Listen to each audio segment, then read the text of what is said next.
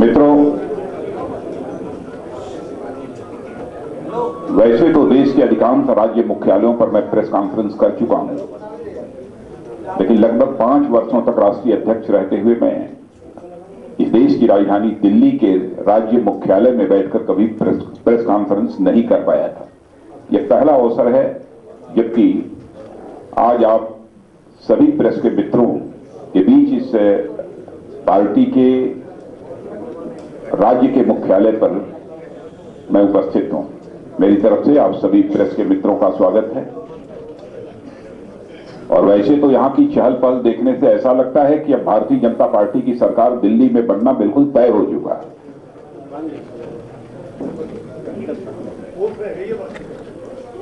वो तो है ही। बहुत बहुत धन्यवाद आपको।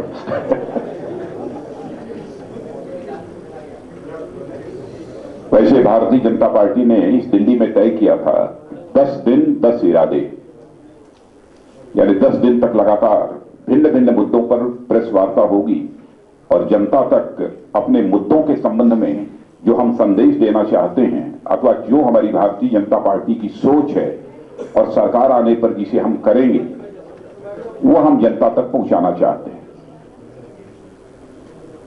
और भारतीय जनता पार्टी का यह भी मानना है कि जनता से कभी केवल नेगेटिव मैंडेट नहीं मांगना चाहिए, बल्कि जनता से स्वस्थ लोकतांत्रिक व्यवस्था में यदि हमको वोट मांगना है तो पॉजिटिव मैंडेट के आधार पर मांगना चाहिए।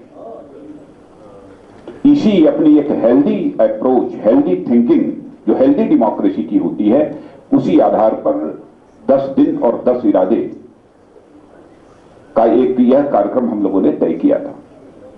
आज यह कौन सा दिन है मैं नहीं कह सकता हूं, लेकिन लगातार विगत 17-18 दिनों में अन्य राज्यों के दौरे पर था और डॉक्टर साहब ने पहले ही बात की थी, विजय गोयल जी ने बात की थी कि आप किस दिन उपस्थित रहेंगे। तो आज मुझे रहना था, दिल्ली में कुछ सार्वजनिक सभाएं हैं, इसलिए एक इरादा लेकर आज मैं आप सबके बीच में आया हूं।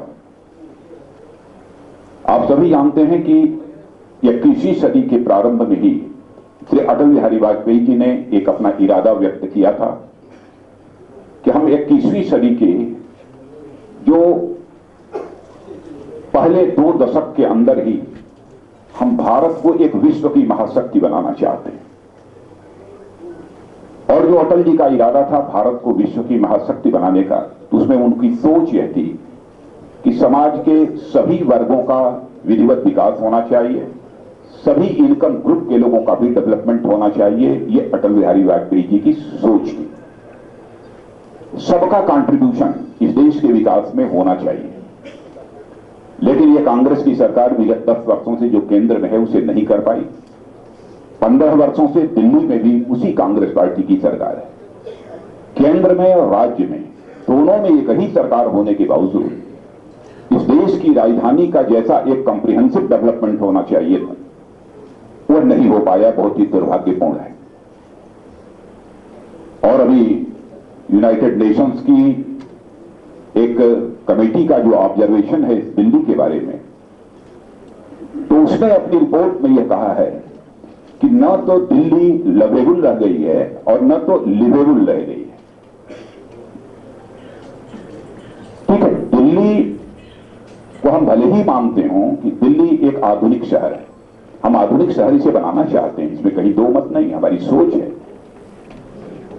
लेकिन इस सच्चाई को अभी हमको नहीं भूलना चाहिए कि यहां पर लगभग कई जे क्लस्टर्स हैं, सैकड़ों की संख्या में। अब उनकी एग्जैक्ट फिगर तो मैं नहीं बतला पाऊंगा, लेकिन मोर देन 600 है अप्रॉक्सिमेटली, जहां तक मेरी जानकारी है। यहां पर अनऑथराइज्ड कॉलोनी है और लगभग 30 लाख लोग ऐसे हैं। वैसे हमारे देश की जो सबसे बड़ी समस्या है जिसके कारण इस प्रकार के संकट पैदा हो रहे हैं वो माइग्रेशन की है। माइग्रेशन गांवों से जो शहरों की तरफ होता है, उसके लिए मैं गवर्नमेंट की रॉन्ग पॉलिसीज को ही पूरी तरह से जिम्मेदार मानता हूं। केंद्र सरकार की जो गलत नीतियां होती हैं उनके कारण और राज्य सरकारों की भी जो गलत नीतियां होती हैं उनके कारण ही माइग्रेशन तेजी के साथ होता है। हमारे देश में भी यह माइग्रेशन बहुत तेजी के साथ हुआ है और बहुत सारे बड़ी संख्या में माइग्रेटेड लोग यहां पर भी हैं। लेकिन मैं यह भी मानता हूं कि दिल्ली में जो माइग्रेंट्स हैं, भले ही कांग्रेस इन माइग्रेंट्स को दिल्ली के लिए बोझ मानती हो, लेकिन मैं यह मानता हूं कि माइग्रेंट्स का भी दिल्ली के जीडीपी के डेवलपमेंट में एक बहुत बड़ा कंट्रीब्यूशन है, इसको नकारा नहीं जा सकता। और एक यूनेस्को की एक रिपोर्ट है, internal migration in India and it's social integration, एक रिपोर्ट में कहा है कि जीडीपी में जो माइग्रेंट्स हैं दिल्ली में, उनका भी एक कंट्रीब्यूशन है, वो अप्रॉक्सीमेटली 10%, 11% और 12% के आसपास। लेकिन यह जो माइग्रेंट्स हैं, इन्हें भी सम्मानपूर्वक जीवन जीने का अधिकार है। लेकिन विडंबना यह है कि दिल्ली में 15 वर्षों तक कांग्रेस की सरकार रहने के बावजूद इन प्रवासियों को, इन माइग्रेंट्स को जो सम्मानजनक जीवन जीने का अधिकार मिलना चाहिए, वह यहां की कांग्रेस की सरकार नहीं दे पाई है। और इनकी समस्याओं को सुलझाना, यह भारतीय जनता पार्टी इसे आवश्यक मानती है।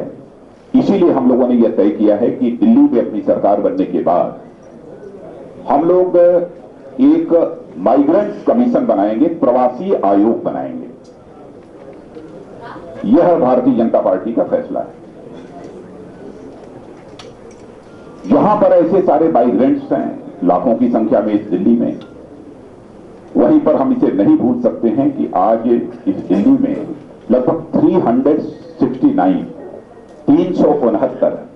ऐसे गांव भी हैं, और अधिकांश गांव अब शहरों से घिर चुके हैं।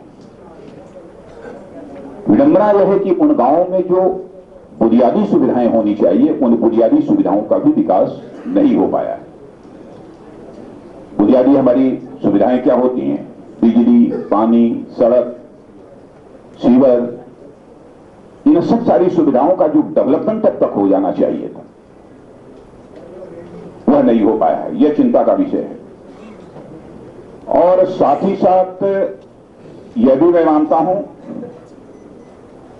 कि गांवों की आबादी तेजी के साथ बढ़ रही है। गांवों की आबादी तेजी के साथ बढ़ रही है, लेकिन जमीन की उपलब्धता कम है। जमीन की उपलब्धता कम है। तो इसके लिए भी सरकार को जो कुछ भी विचार करना चाहिए, सरकार ने नहीं विचार किया। मैं जानता हूं कि दिल्ली में जितने गांव हैं, ग्रामवासियों की यह मांग रही है कि लाल डोरे का क्षेत्र बढ़ाया जाए, लेकिन 15 वर्षों से इस लाल डोरे का क्षेत्र बढ़ा नहीं है। और मैं आपको यह भी याद दिलाना चाहता हूं कि जब लैंड एक्विजिशन अमेंडमेंट बिल पर संसद में चर्चा हो रही थी, तो भारतीय जनता पार्टी की तरफ से बोलते हुए यह सवाल मैंने संसद में खड़ा किया था। और उस समय rural development minister mister Jairam Ramesh ने भी यह आश्वस्त किया था कि नहीं, हम इस संबंध में निश्चित रूप से विचार करेंगे। लेकिन दुर्भाग्यपूर्ण यह है कि लैंड एक्विजिशन एक्ट तो पारित हो गया, अमेंडेड, लेकिन उसमें लाल डोरे का जो प्रोविजन होना चाहिए था, वो नहीं हो पाया। भारतीय जनता पार्टी की सरकार बनने के बाद गांव की आबादी को भी आवासीय व्यवस्था के लिए भी जमीन उपलब्ध हो सके, इसलिए हम लाल डोरे का क्षेत्र बढ़ाएंगे। एक समस्या दिल्ली लैंड रिफॉर्म्स एक्ट 1954 की है। इसके कारण भी बहुत सारी समस्याएं हैं। उन समस्याओं के बहुत डिटेल में मैं नहीं जाना चाहता हूं, लेकिन भारतीय जनता पार्टी की यह सोच है, भूमि की उपलब्धता भी जैसे जैसे दिल्ली का विस्तार हो रहा है वो तो होनी ही चाहिए, लेकिन साथ ही साथ इस दिल्ली लैंड रिफॉर्म्स एक्ट 1954 को फार्मर फ्रेंडली बनाए जाने की आवश्यकता है। दिल्ली में गवर्नमेंट बनने के बाद इस Delhi reforms land reforms act 54 को हम लोग इसे फार्मर्स फ्रेंडली बनाएंगे। एक झुग्गी झोपड़ी वाले लोगों की भी एक बहुत बड़ी समस्या है। और आप सभी जानते हैं कि जेजे क्लस्टर्स कितने हैं। लगभग जैसा मैंने बताया कि अप्रॉक्सीमेटली 600 जेजे क्लस्टर्स हैं। और इन झुग्गी झोपड़ियों में भी अधिकांश विस्थापित लोग हैं। ये हमारे असंगठित मजदूर, अनऑर्गेनाइज सेक्टर के जो हमारे जो मजदूर हैं बड़ी संख्या में मिलेंगे। रेहड़ी वाले मिलेंगे, रिक्शा चालक मिलेंगे, ऑटो चालक मिलेंगे, फैक्ट्री में काम करने वाले बहुत सारे ऐसे मजदूर हैं। दुकानों के ऊपर काम करने वाले मजदूर 12 घंटे 14 घंटे काम करने के बाद जाकर झोपड़ी में किसी तरीके से अपनी जिंदगी भर गुजर बसर करते हैं। झुग्गी झोपड़ियों की एक बहुत बड़ी समस्या है। लेकिन कांग्रेस को इन गरीबों की, इन उपेक्षित लोगों की समस्याओं के समाधान के प्रति जितना संवेदनशील होना चाहिए वह सरकार संवेदनशील नहीं रही है। और मैं तो यह महसूस करता हूं कि कांग्रेस पार्टी ही एक ऐसी पॉलिटिकल पार्टी है जिसके अंदर जो एक सेंसिटिवनेस होनी चाहिए, संवेदनशीलता होनी चाहिए, उसकी कहीं ना कहीं कमी है। कांग्रेस ने जब भी राजनीति की है केवल इस बात की चिंता की है कैसे हमारी सरकार बने। भारतीय जनता पार्टी का यह मानना है कि राजनीति केवल सरकार बनाने के लिए नहीं की जानी चाहिए, राजनीति समाज बनाने के लिए की जानी चाहिए, देश बनाने के लिए की जानी चाहिए। तो इन झुग्गी झोपड़ी में रहने वाले लोगों के प्रति भी भारतीय जनता पार्टी की संवेदनशील है। इसलिए हमने फैसला किया है कि झुग्गी झोपड़ी में रहने वाले लोगों का जो विस्थापन होता है तो विस्थापन होने के बाद उन्हें कंपनसेशन मुहैया कराया जाना चाहिए।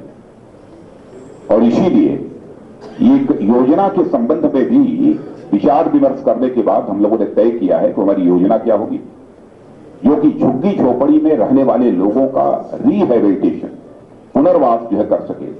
तो इसलिए अटल बिहारी वाजपेयी पुनर्वास योजना सरकार बनने के बाद हम बनाएंगे, अटल बिहारी वाजपेयी पुनर्वास योजना।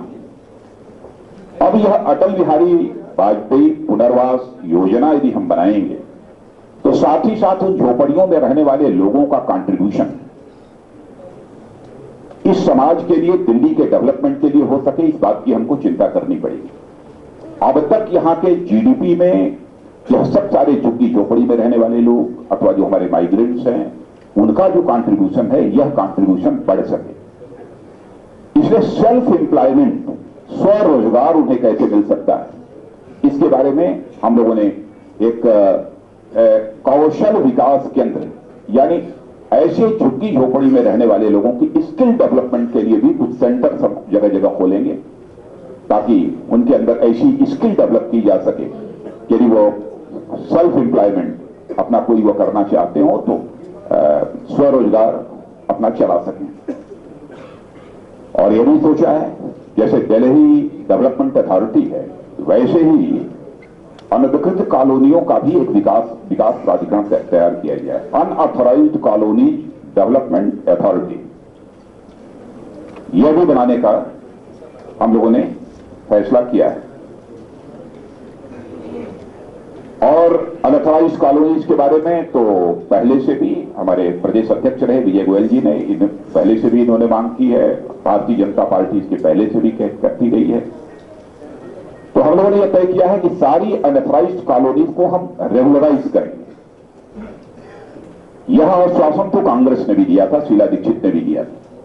यहां तक कि 2008 के असेंबली इलेक्शन में दिल्ली की अनऑथराइज्ड कॉलोनी में रहने वाले लोगों की आंखों में धूल झोंका है यहां के मुख्यमंत्री ने, और एक भी अनऑथराइज्ड कॉलोनी को रेगुलराइज नहीं किया है, बल्कि शायद कोई एक कौन सा पेपर दे दिया था, क्या बोलते हैं उसको, प्रोविजनल सर्टिफिकेट दिया था, प्रोविजनल सर्टिफिकेट दिया था और उस समय लोगों को गुमराह किया था। लेकिन इतना मैं जरूर दिल्ली की जनता को आश्वस्त करना चाहता हूं कि भारतीय जनता पार्टी के वर्ड्स और डीड्स, कृति और कथनी और करनी में कोई अंतर नहीं होने पाएगा, क्योंकि कांग्रेस के वर्ड्स और डीड्स दोनों में अंतर होने के कारण ही भारत की राजनीति और भारत के नेताओं के प्रति एक विश्वास का संकट इस देश में पैदा हुआ है। इसे हम क्राइसिस ऑफ क्रेडिबिलिटी कहते हैं। भारतीय जनता पार्टी जहां अन्य देश की समस्याओं को अपने लिए एक चैलेंज मानती है, चुनौती मानती है, वहीं पर भारत की राजनीति में पैदा हुई इस क्राइसिस ऑफ क्रेडिबिलिटी, विश्वसनीयता के संकट को भी हम चुनौती मानते हैं। और मैं यह भी बतलाना चाहूंगा यहां पर कि अपने इलेक्शन मैनिफेस्टो में जो कुछ भी हम लोगों ने कहा है, जो कुछ भी कहा है, हम देखेंगे कि टाइम बाउंड समयबद्ध तरीके से सारे अपने वादों को हमारी सरकार उसे पूरा करेगी। इसलिए जिन जिन भी राज्यों में सरकारें हैं, हम लोगों ने यह भी फैसला किया है कि पार्टी यह ऑर्गेनाइजेशन यह प्रॉपर मॉनिटरिंग करेगा, यह जानने की यह कोशिश करेगा कि जो जो जनता से वादे किए गए वह वादे समय सीमा के अंदर पूरे हुए हैं कि नहीं हुए हैं। हम यह भी सुनिश्चित करेंगे समय सीमा के अंदर पूरे हों, क्योंकि जैसा मैंने कहा कि हम क्राइसिस ऑफ क्रेडिबिलिटी को एक बहुत बड़ा चैलेंज मानते हैं। मित्रों, इस समय देश के 5 राज्यों में असेंबली के चुनाव चल रहे हैं, विधानसभाओं के चुनाव, और मैं 5 राज्यों में लगभग 50 से अधिक हुए होंगे सार्वजनिक सभाओं को संबोधित कर चुका हूं। जनता के मूड को देखने का, समझने का मुझे अवसर मिला है। मैं कह सकता हूं पूरे विश्वास के साथ, और केवल जो सर्वे एजेंसीज हैं अथवा जो ओपिनियन पोल्स आए हैं उस आधार पर ही मैं नहीं कह रहा हूं, बल्कि हमने भी जो धरातल पर जाकर जनता का मूड देखा है सभी राज्यों में, मुझे पूरा विश्वास है कि 5 राज्यों में, 4 राज्यों में भारतीय जनता पार्टी की सरकार बनना तय है।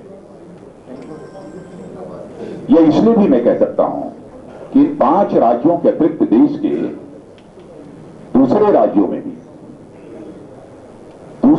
में भी जैसा माहौल है, उससे लगता है कि जनता इस समय परिवर्तन के मूड में है, वो परिवर्तन देखना चाहती है।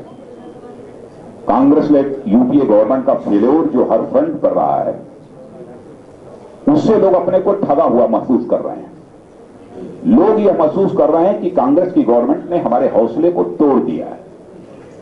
हम जनता को यह विश्वास दिला रहे हैं कि आपके टूटे हुए हौसले को भारत में यदि पुनः कायम यदि कोई राजनीतिक पार्टी करेगी तो भारतीय जनता पार्टी करेगी। मित्रों, मेरी तरफ से बस इतना ही। आप सबको बहुत बहुत धन्यवाद।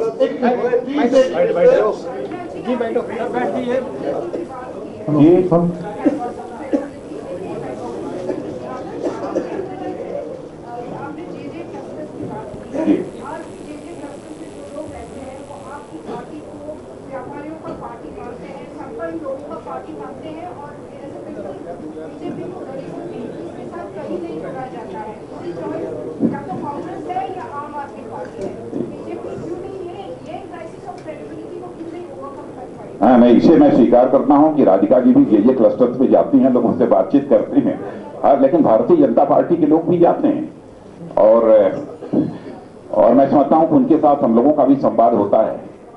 और पहले की अपेक्षा भारतीय जनता पार्टी के प्रति उनके रुझान जे क्लस्टर्स में रहने वाले और गांव में रहने वाले लोगों की तेजी के साथ बढ़ी है। जी, अभी आ रहा हूं, मैं सबका सुनूंगा। आपने कहा कि माइग्रेट कमीशन बनेगा जी, और जो प्रवासी मतलब दिल्ली के बाहर के हैं उन लोगों की समस्या को दूर करने के लिए बीजेपी काम करेगी। मेरे 2 क्वेश्चन है। एक तो क्या आप बढ़ावा देंगे कि माइग्रेंट दिल्ली आके रहे? नो, मैं समझ रहा था कि ये प्रश्न आएगा। पहले प्रश्न का उत्तर दूं, दूसरा भी आपका मैं सुनूंगा। पहले प्रश्न का मैं उत्तर देना चाहता हूं कि देखिए, यह केवल इस समस्या का निदान केवल किसी राज्य सरकार के द्वारा ही संभव नहीं है। इसके लिए आवश्यक है कि सेंटर की गवर्नमेंट को कुछ इस प्रकार की अपनी पॉलिसी बनानी पड़ेगी ताकि इस देश के गांव में जो बुनियादी सुविधाएं चाहिए वह बुनियादी सुविधाएं वहां पर मिल सकें।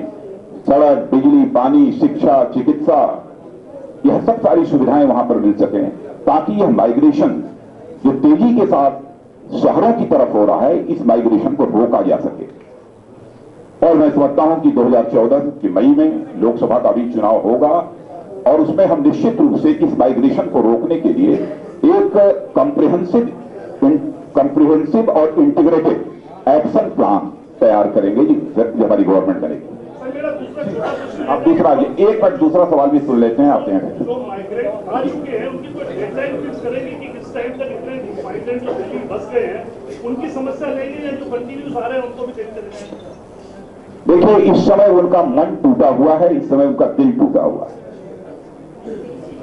और टूटे हुए लोगों के ऊपर अभी बहुत ज्यादा चोट पहुंचाने की कोशिश मत करिए। पहले उनके लिए हम करना शुरू करेंगे और आगे फिर क्या करना इसके संबंध में हम विचार करेंगे। टूटे हुए दिल को बार बार चोट नहीं मारनी चाहिए। राजनाथ जी, पिछले 2 इलेक्शन में मैनिफेस्टो में कांग्रेस बीजेपी ने कहा कि अगर हम शासन में आए तो हम इलीगल माइग्रेंट जो बांग्लादेशी है उनको वापस करेंगे। क्या इस बार अगर आप शासन में आएंगे तो उनके साथ क्या करेंगे आप? नहीं, इतना तो मैं आपको बतला देना चाहता हूं, भारतीय जनता पार्टी का जो स्टैंड है उस स्टैंड पर हम कायम हैं। पहला काम तो हम ये करेंगे, पहला दिल्ली में जो काम करने की आवश्यकता है, आइडेंटिफिकेशन तो हम निश्चित रूप से करेंगे। अब एक बार इधर आ जाते हैं, मैं आता हूं आपकी तरफ से। जी,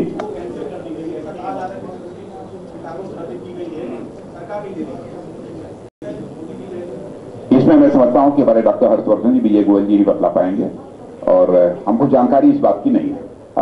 एक मिनट, आप पूछ रहे थे। सर, मैं ये कह रहा हूँ कि कांग्रेस ने इस बार के अपने घोषणा पत्र में कहा है कि दिल्ली में चूंकि जमीन बहुत कम है, तो एनसीआर रीजन है, जो यूपी हरियाणा का जो एरिया है, उसके लिए तीनों दिल्ली और एनसीआर रीजन के लिए एक पॉलिसी होनी चाहिए, एक टैक्स सिस्टम, ताकि जमीन को बिल्कुल यही मैं एग्री। एनसीआर के डेवलपमेंट के बारे में भी सचमुच एक कॉम्प्रिहेंसिव पॉलिसी होनी चाहिए। और एनसीआर जब यह कंसेप्ट सबसे पहले आया था सामने, तो उसके पीछे यही सोच थी कि भारत की राजधानी दिल्ली के आसपास के क्षेत्र का भी एक समुचित विकास होना चाहिए, यह एक सोच थी।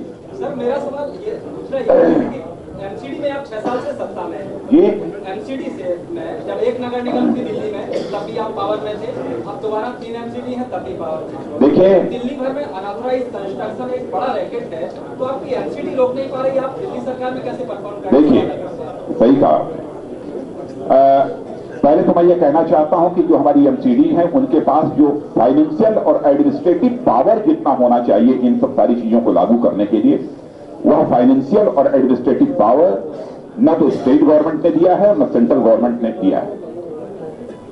इस कारण बहुत सारी समस्याओं का समाधान एमसीडी चाहते हुए भी नहीं कर पाती। जी हाँ, बोलिए।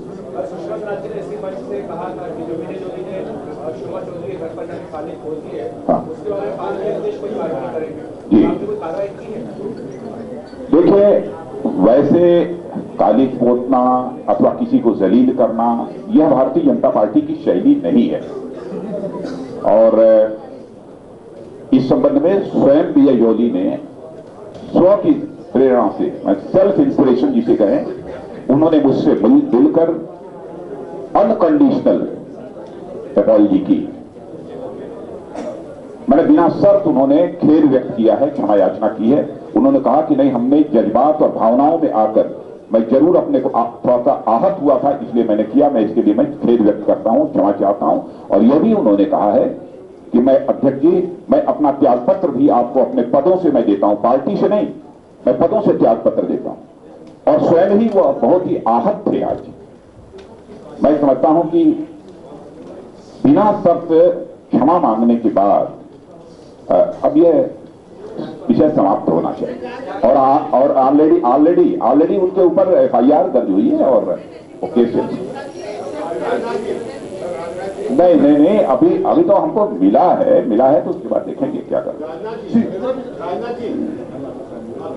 लेकिन दूसरा पक्ष इसका यह भी सोचना चाहिए कि एफआईआर भी हुई, एफआईआर होने के बावजूद भी उन्होंने क्षमा मांगी। जी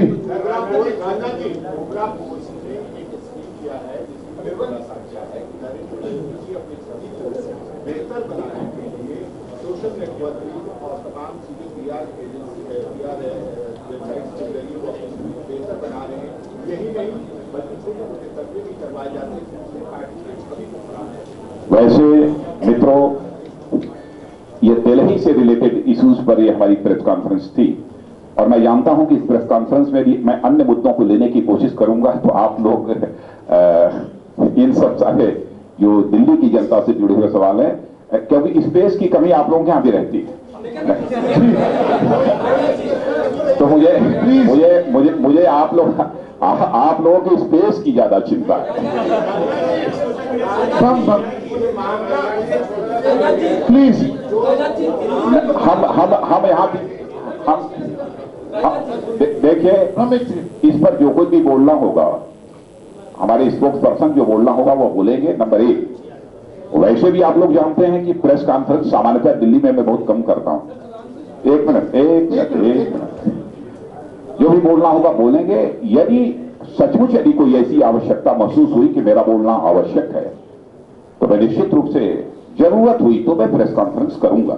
शीला दीक्षित ने आज बोला है कि दिल्ली में जो आपने मुद्दा बना रखा है, जगह जगह होर्डिंग्स लगाए हैं बीजेपी ने, 100 रुपए किलो प्याज और सब्जियां महंगी। सीएम का ये कहना है कि सब्जियां तो सस्ती हो गई, प्याज ही 25 रुपए किलो आ गई, बीजेपी सीधा प्रचार कर रही है। अरे कहीं कुछ नहीं सस्ता हुआ है।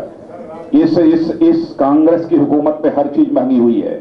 यदि सस्ती यदि कोई चीज हुई है तो इंसान की जिंदगी सस्ती हुई है, हर चीज महंगी हुई है। Last question please, last question please.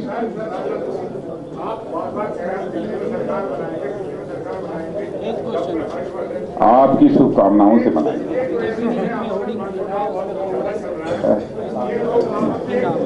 Thank you. ये चेहरा देखने से लग रहा है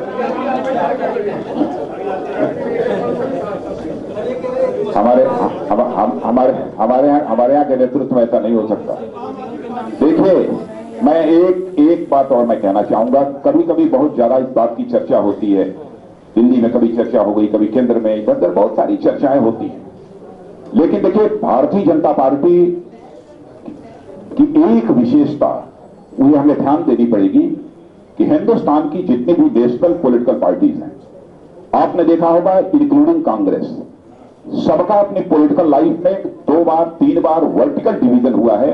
लेकिन अकेली पॉलिटिकल पार्टी है भारतीय जनता पार्टी है जिसका कि अपनी पॉलिटिकल लाइफ में एक बार भी वर्टिकल डिवीजन नहीं हुआ है। इसका मतलब यहां काम करने वाले लोग छोटे मन के नहीं हैं, यहां काम करने वाले लोग बड़े मन के। बहुत बहुत धन्यवाद। Thank you very much.